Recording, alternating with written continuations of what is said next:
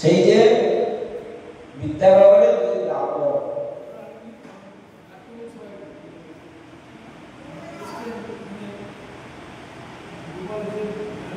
বলতে পারলেন না।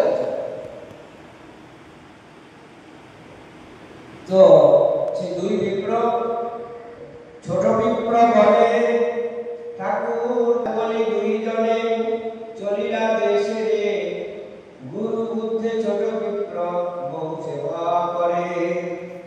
ছোট বিপ্র যখন সেই গোপালের উদ্দেশ্যে গোপালের সামনে বড় বিপ্র তাকে সাক্ষী রেখেছিলেন, তখন ছোট বিপ্র অনেক বাধা দেওয়া সত্ত্বেও সে শুনলেন না, বলে না আমি তোমার সেবায় সন্তুষ্ট হয়েছি, তোমাকে আমি কন্যা দেবই।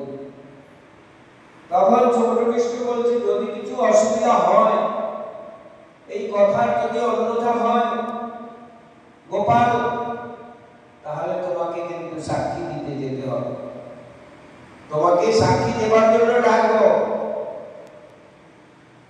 এই বলে বৃন্দাবন থেকে